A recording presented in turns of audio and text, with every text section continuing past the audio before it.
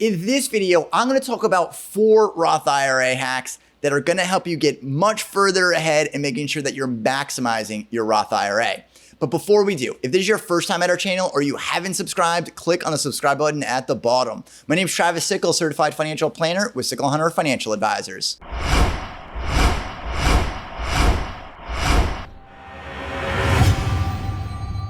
So let's start with what a Roth IRA is. So you take these dollars, you put them in after tax. So this is money that you got after your paycheck and you put it into the Roth IRA. Now the benefit of the Roth IRA is that when it's inside the Roth IRA and you take those dollars and you invest them, that growth is gonna come out tax and penalty free in retirement. Now there's a couple other ways you could take it out tax and penalty free, but in general, it's for retirement and it's gonna come out tax free. That means you're not going to pay any taxes on the growth. Now for 2019, you can put up to $6,000 on an annual basis into the Roth IRA. And if you're 50 or older, you can do an additional $1,000, bringing the total contribution to $7,000.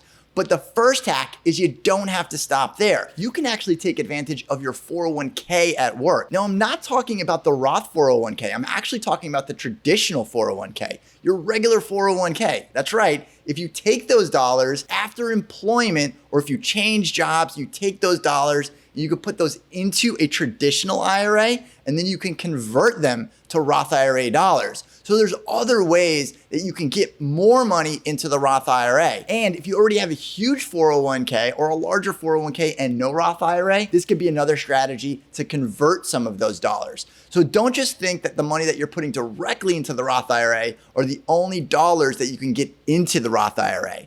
It's called a Roth conversion in order to take the money from the 401k and put it into the Roth IRA. So it's smart to use both the 401k and the Roth IRA. Retirement plans at work in general have limited investment options. So when we're comparing where to put our savings inside of the 401k or the Roth IRA, we usually lean towards the Roth IRA because of the wide selection of investment options. But you can actually diversify across both types of accounts by putting maybe some of your bonds in the 401k and some of your equities inside of the Roth IRA. Now, I'm not giving you advice on which way to break it up because it really depends on your particular situation. But if you're thinking about where to put your investments, you could put the more aggressive investments or consider putting the more aggressive investments in the Roth IRA, because if they have the potential to grow more, then you're gonna get more of a benefit because you could pull them out tax-free. Where the 401k, since you have limited investment options, maybe only a couple of the investments are ones that you would actually want to invest in. So you can invest in those assets or those asset classes in the 401k and then hold the other ones for the Roth IRA. So you don't have to completely diversify in each account every single time. It'll also reduce the amount of trades and the ticket charges that you might have inside of those retirement plans. So hack number 2 is using your aggressive investments in the Roth IRA and maybe your more conservative investments in your 401k. The next thing that we want to take a look at is the cash reserve. Now you might be thinking, what does a cash reserve have to do with the Roth IRA? Well, when you're building your retirement plan or your financial plan, a cash reserve is a very important part of that. Now, if you're trying to figure out, should I put the money toward my cash reserve or a Roth IRA? Well, you should know this rule. The Roth IRA dollars that you put into the Roth IRA, those are called your contributions. At any point, you can pull the contributions out tax and penalty free. Now, that's not the same for the growth part. So the part that has the growth could have taxes and penalties depending on when you take it out.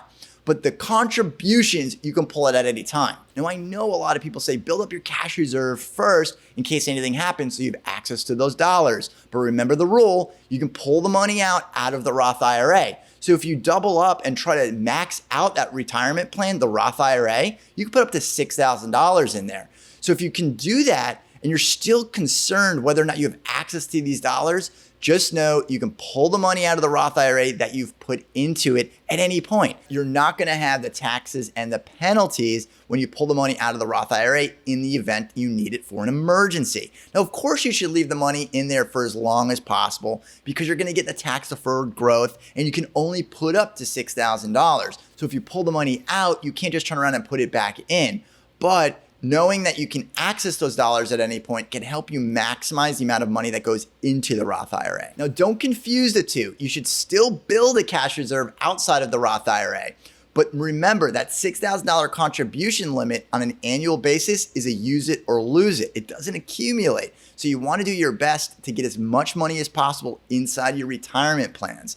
This will just help reduce that anxiety if you have money in the Roth IRA, but you're still building up that cash reserve at the same time, and you're a little concerned that you're not going to have access to these dollars, or you'll have problems about accessing those Roth IRA dollars. Just know that there's no taxes or penalty on the contributions if you pull them out at any point for any reason. So in hack number 2, we talked about putting your more aggressive assets inside of the Roth IRA for a couple of reasons. One, you're gonna get the growth, and number 2, it was really about making sure you have less positions over all your investments, which helps reduce your ticket charges or any other expenses.